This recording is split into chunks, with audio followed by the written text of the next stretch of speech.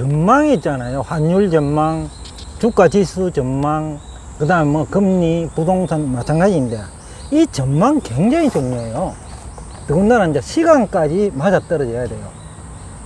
그런데 시간을 이게 얘기하지 않고 전망하면 언제까지라 하는 게 없으면 누구나 맞을 수도 있고, 그죠? 누구나 맞을 수 있어. 예. 예를 들어서 2021년 초에 환율 하락한다고 얘기해가지고 1년 8개월 동안 환율 하락한다고 하는 사람도 있을 거야. 예. 그러면 수출업체가 그렇게 대응을 했으면 어떻게 됐겠어요? 예?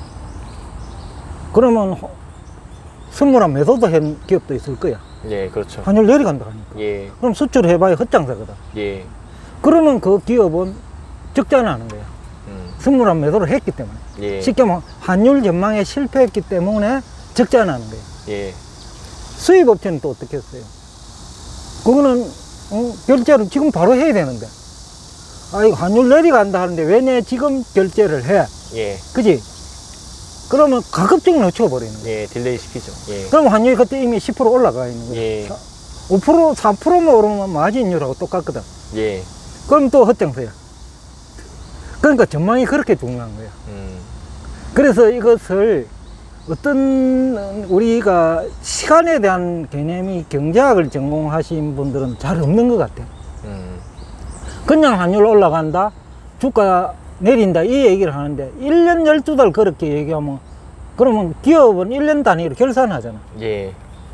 가게도 먹고 살아야 되잖아. 예. 그래서 월급 주는 거야. 예.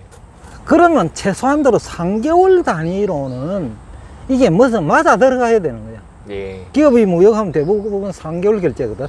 예. 그럼 3개월 안에는 거기 맞아 들어가야 된다고. 근데 그 시간에 대한 그것이 없이 환율이 내려간다고 해버리면 그건 낭패를 볼 수 있거든. 그렇죠. 기업이 부도날 수 있다니까. 예. 왜 부도나느냐? 우선은 환율에서 환차손이 나면 우선 환차손이지. 예. 그러면 기업의 신용도가 떨어져. 예. 이익이 안 나니까. 그럼 금리가 올라가 봐. 조달 금리가. 예. 특히 이제 BBB 등급이 WB로 가면 금리가 막 3%, 4% 오르거든. 예. A 등급도 트리플 B로 가면 금리가 막 5%, 6% 차이 나. 예. 그러면 회사는 못 견디내는 거야. 그렇죠. 그러니까 부도날 수 있다는 거야. 그만큼 이 전망은 중요한 거야. 환율 전망. 예. 그래서 내가 그 기업들이 만약에 상담을 들어오면 이 전망의 중요성을 강조하는 이유야. 왜냐하면 시간까지 어느 정도는 맞아 들어가야 된다니까. 그러니까 3개월 이내는 그 전망치가 맞아져야 환율 결제, 그러니까 외환 결제를 하는 사람한테 도움이 되는 거야. 그렇죠. 그래야 도움이 되죠. 그러면 1년 12달 내려간다고 하면 수입업체도 망하고 수출업체도 망해. 예? 환율 때문에도 망하지만은 주가도 폭락하지. 예. 또 자금 조달 금리도 폭락하지. 그러면 유상증자도 못해요. 예. 주가 폭락하니까. 예. 그만큼 그래서 환율 전망이 중요한 거예요. 근데 지금 우리나라에 환율을 제대로 공부한 사람도 없고, 또 전망하시는 분들 보면 내가 볼 때는 5%는 실패하는 것 같아. 예. 사람 숫자로 보면. 예. 그것도 전문가라고 하는 사람들 중심으로 예. 95%는 실패하는 거예요. 웃자다가 맞는 것도 내가 볼 적에는 그 실력이라기보다는 우연의 일치야. 하도 내린다 하다 보니 1년에 한 번 내릴 수 있어. 예? 그때 맞는 건 도움 안 돼. 예? 그때는 오히려 이제 내리네 하고 선물한 매도 할 수 있잖아. 예. 기술적 지표 보는 애들 있잖아. 예. 그런데 또 올라버려. 예? 그거 보고 하면 또 올라버리니까 또 거기서 또 악화나는 거야. 그래서 이게 환율 전망은 다른 어떤 것보다 중요해. 왜냐하면 우리가 주식은 안 해도 돼, 기업. 예. 그죠? 채권 투자하면 되잖아. 주식 하지 말고. 예. 근데 환율은 안 할 수가 없어. 그렇죠. 원자재를 수입을 해야 되고 또 수출을 해야 되고. 예.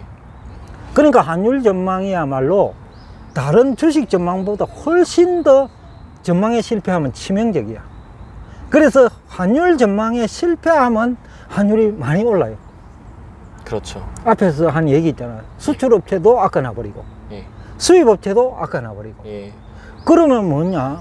주가가 폭락해 버리잖아. 예. 기업 이익이 안 나오니까. 예. 또 조달 금리가 올라가 버리잖아. 음. 그래서 외국인들 팔고 나가 버린다고. 환율 전망에 실패하면. 예? 왜냐면 영업이익이 안 나오기 뻔하거든. 예. 매출의 마진율 평상시에 뻔한데 예. 환율이 올라갈 것 같은데 내려간다고 해버리면 그 회사는 헛장사야. 그러니까 주식 매도해버리면 그럼 환율 더 올라가지. 더군다나 선물한 매도를 했다? 그럼 환율이 올라가면 큰일 나잖아. 예. 그거는 제로 장사가 아니고 마이너스 장사가 하거든. 예. 그러니까 그때 뒤늦게 자기가 오히려 선물한 매수자가 돼. 그렇죠. 청산을 해야 되니까. 예. 그러니까 환율이 급등해 버린 거야. 그래서 지난해 2021년 6월 7일 그 무렵에 환율 점프를 한다고. 왜냐하면 한 3% 정도 그 1100원 안팎, 그지? 예. 1110원 안팎. 예. 거기서 3%가 딱 오르니 1150원. 예. 오르니까 그때 점프하는 거야. 왜냐? 이어서 더 올라가면 어떡하지? 라고 얘기하잖아요. 회의를 한다고. 상한합시다. 예. 왜냐면 완전히 최고다. 예. 이어서 더 가면 망한다라는 거야. 예. 실제로 그대로 놔줘서 망했어. 예. 그지? 선물한 매도를 해서 그대로 끌고 왔으면 예. 큰일 나지. 그러니까 그 무렵이 되면 너도 나도 청산을 해. 근데 외국인 투자는 그걸 다 알았다. 그러면 선물한 시장에서 추가적으로 매수를 해버려. 그렇죠. 그러면 더 불안한 사람이 생기지. 예. 그러면 또 매수 들어와. 예. 그러면 따라가면서 기술적 지표를 가지고 야예금하는 사람도 있어. 예. 그 사람도 사. 예. 그래서 환율이 급등해버리는 거예요. 환율 전망에 실패하면 바로 그렇게 무서운 거예요. 왜냐하면 이거는 어쩔 수 없이 환율은 무역을 하는 업체는 자기가 이해관계가 안 되려고 해도 안 되는 거니까. 그죠? 자기가 이해관계자에서 빠질 수가 없단 말이에요. 그렇죠. 그렇기 때문에 이용하기도 아주 좋은 시장이 외환시장이에요. 아마 선물안에 대해서 아마 잘 이해를 못 하시는 사람들이 좀 있을 것 같아요. 그래서 예를 들어서 이런 거죠. 제가 물건을 하나 파는데 이게 1,000원짜리 물건이에요. 네. 근데 올해 1달러짜리 물건이에요. 근데 이걸 내가 올해 팔았더니 1,100원인 거예요. 네. 올해 환율이 달러당 1,100원이니까. 그런데 올해 환율 전망을 들어보니까 달러당 1,000원을 간대요. 네. 그러면 1,100원인데 1,000원 가면 제 입장에선 손해죠. 그래서 1,100원에다가 지금에다가 1,100원 지금에다가 선물환을 매도를 하는 거잖아요. 그렇지. 그러면 선물환을 매도한다는 얘기는 뭐 3개월, 뭐 6개월이 됐든 3개월이 됐든 미래 시점에 내가 1,100원을 받을 수 있지. 받고 너한테 1달러를 주겠다는 일종의 그렇지. 계약인 거죠. 그런데 이제 환율이 뭐 사실 1,100원에서 1,000원 가면은 나한테 이득이겠지만 1,100원에서 뭐 1,150원까지만 올라가도 그렇지. 이제 나는 이제 시장에다가 그냥 1달러를 내다 팔았으면은 1,150원을 받아서 그걸 또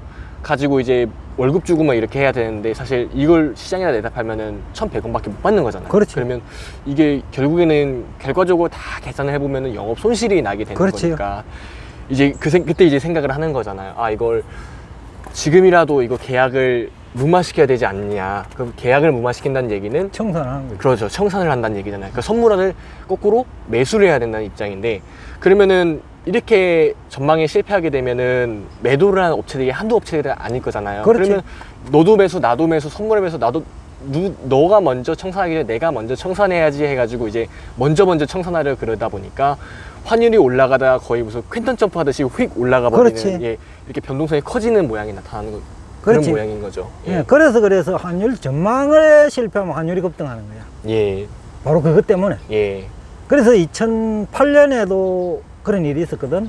그때 2008년 3월까지 한국은행, 뭐 삼성경제연구소 통해서 얼마를 받냐 하면 950원을 받았다고.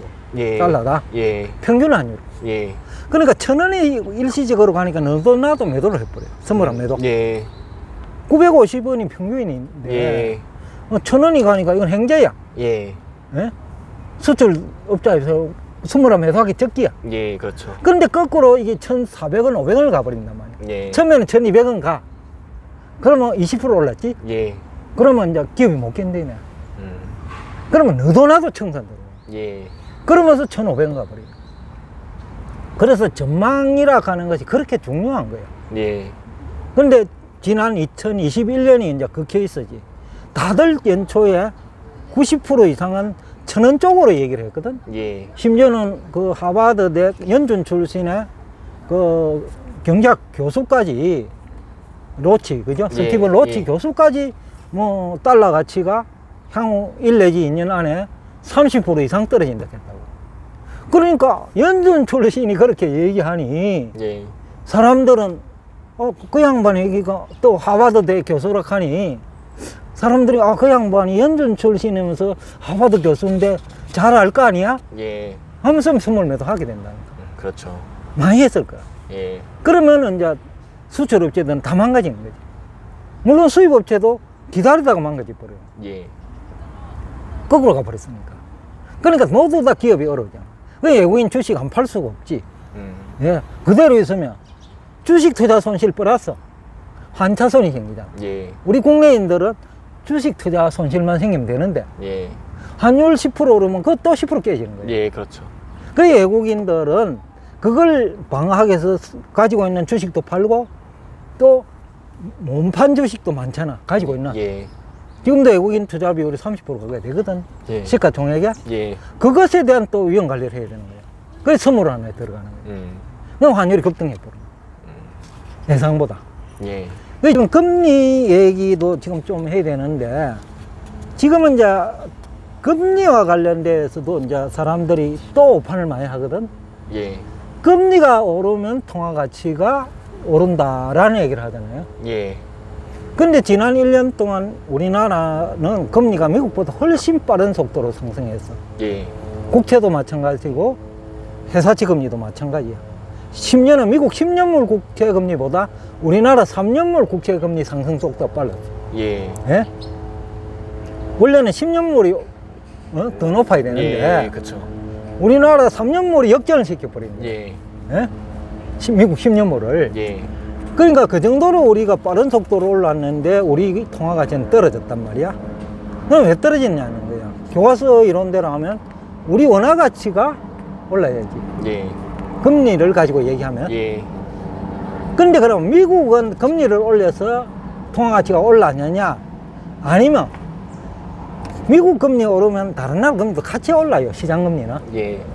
불과 한 2, 3일 걸려. 예. 예? 오늘날은. 과거에는 막 시간이 많이 걸렸지만은 지금은 국제간에 막 투자하고 이러기 때문에 재정거래 하겠고 이러기 예. 때문에 뭐 한 2, 3일이면 미국 금리 오르면 다른 나라 금리 올라요. 예. 자본시장 개방된 국가는. 예. 그러면 금리는 순식간에 거의 비슷한 수준까지 와. 예. 아니면 나라별로 조금 금리가 높은 나라 그래도 오르는 거는 같이 오른다는 거예요. 예. 그러면 이 금리 때문에 미국 달러 가치가 올랐다는 거는 좀 설득력이 약해. 그렇지 않겠어요? 굳이 얘기를 한다면 일본 등 한국 뭐 신흥국 다 대부분이겠죠. 유럽도 마찬가지고 뭐 천연가스 수입하고 독일만 하더라도 러시아 예, 예. 수입 다 하잖아, 그죠?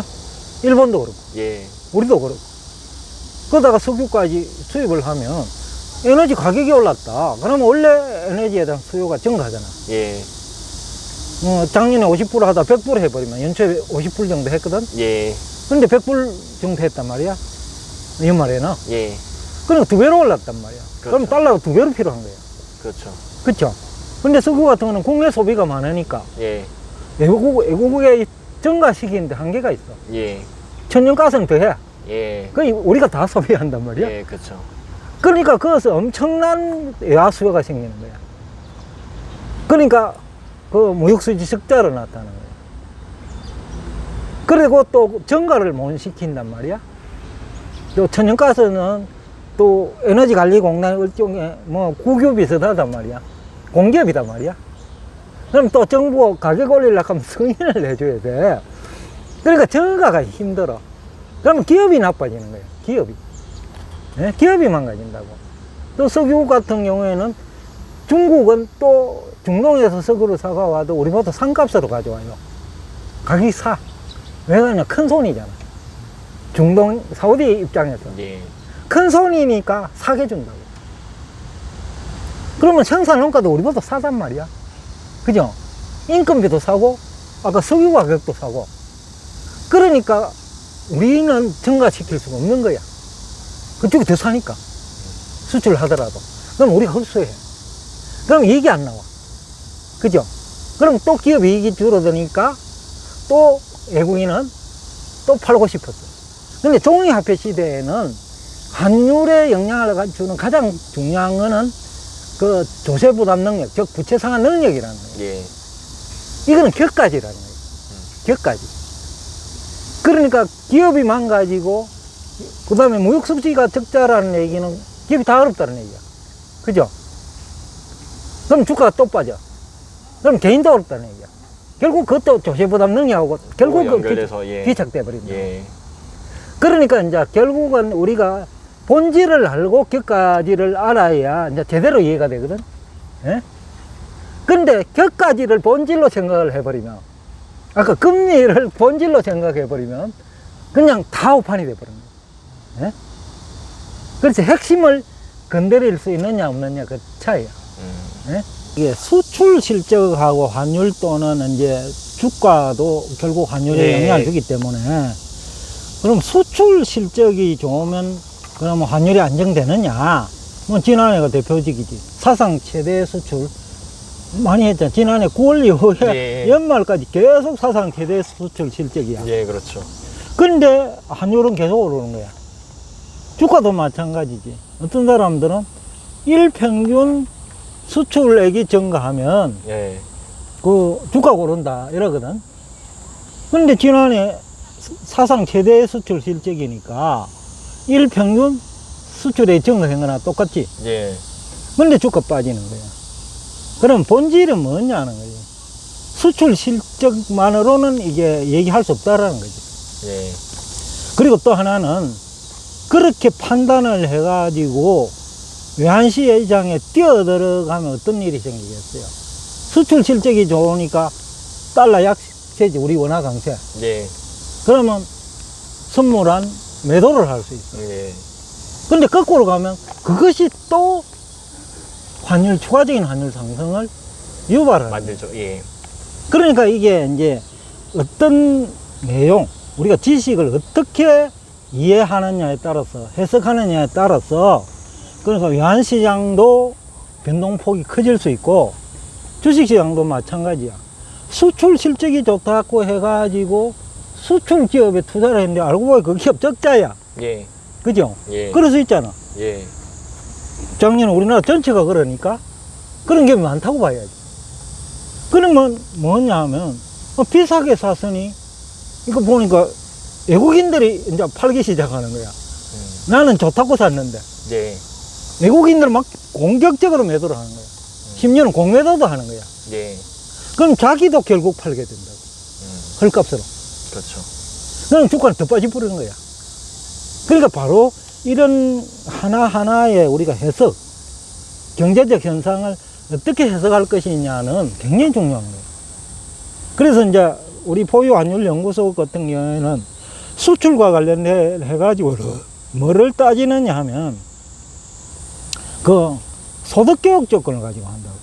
왜 그러냐면 소득교육 조건은 수출량과 수출 가격, 단가. 그러니까 가격 곱하기 양이지, 그죠? 예. 그 다음에 수입도 수입량과 단가. 그것도 수입 총액이 나오는 거야. 그죠? 예. 그걸 해가지고 그 비율이 개선되느냐 안 되느냐 조건이. 예? 근데 그 비율이 점점 악화된다면, 예를 들어서 소득교육 조건이 100이라면 110 하다가 100이라면, 근데 앞에서도 얘기했지만은 우리가 내고를 하고 나서 소득교육 조건으로 그 통계로 나타나는 데는 한 3개월 걸린단 말이야. 예. 그러니까 그 통계는 그 소득교육 조건은 사실상 3개월 전이야. 3개월 전이죠. 예. 실질적으로. 예. 그래서 지난해 12월이 110 근처였는데 사실은 지난해 7월, 8월, 9월이 그렇게 됐다는 얘기야. 그죠? 예. 그럼 그때 주가가 이제 고점이야. 맞는 거예요, 그러면. 그죠? 건물업이. 예. 근데 진짜 10월은 12월은 그럼 중국도 망가지고 그지? 그 흥다 사건 등으로 예. 유럽도 뭐 영향권에 들어와 버리고 예. 그때 이제 결과치로 뭐 이제 100이 나온 거야. 그럼 10이 이제 망가졌잖아. 예. 소득교육 조건이 예. 엄청 시분 큰 거야. 소득교육 왜냐 수출 수입 다 감안한 거였기 예. 때문에 그러면 영업 이익률이 10% 가까이 영향받을 수 있다는 거예요. 예. 근데 기업으로 보면 70%는 나쁘거든. 그 중 예외적으로 좋은 기업이 있기 때문에. 그렇죠. 그럼 100이라는 거는 7, 80% 기업이 나쁘다는 거예요. 그러면 그런 기업의 주가가 빠지면, 그치? 나머지 건전한 것도 같이 빠지는 거예요. 왜냐? 키재기를 한다고. 예. 이거는 많이 빠지는데 이거는 안 빠졌다. 이 얘기가 되거든. 오를 때도 얘 오르면 같이 올라서 이렇게 맞추잖아요. 그렇지. 순환매라고. 네, 네. 예. 거꾸로 이제 역순환매처럼 이제 그렇지. 이게 나빠지니까 빠지니까 키높이 맞추려고 이것도 같이 빠지는. 그래서 해석이 중요하다. 그래서 소득교육 조건을 보니까 예. 이제 나는 이제 통계는 그때 안 나왔단 말이야. 예. 그러니까 한 7월 중 9월, 7월, 9월 사이에 이미 내 머릿속에는 들어온다. 이게 향후 소득교육 조건이 나빠질 거야. 예. 그러니 한 3개월 있다가 12월 100이 나온 거야. 예. 예? 그 이전에는 110까지 나왔다가. 그러니까 그 이전에 이제 나빠진 거예요. 그래서 이제 통계를 보고 하면 경상수지도 한참 있다가 알게 되고, 예. 무역수지도 한참 있다가 알게 되고, 경제성장률도 뭐 한 3개월마다 나오니까, 그것도 3개월 직후 끝나자마자 안 나와. 그지? 예. 그래서 또 한 달 좀 있어야 나와. 그러니까 그때는 이미 시차가 4개월이나 나오거든 거예요. 그래서 이제 그거를 여하이 이제 그래서 우리가 공부를 하는 이유인데 해석을 이제 그 경험치가 이제 많아야지 그러니까 그걸 알기 위해서는 그 경험치가 없으면 통계를 기다려야 돼.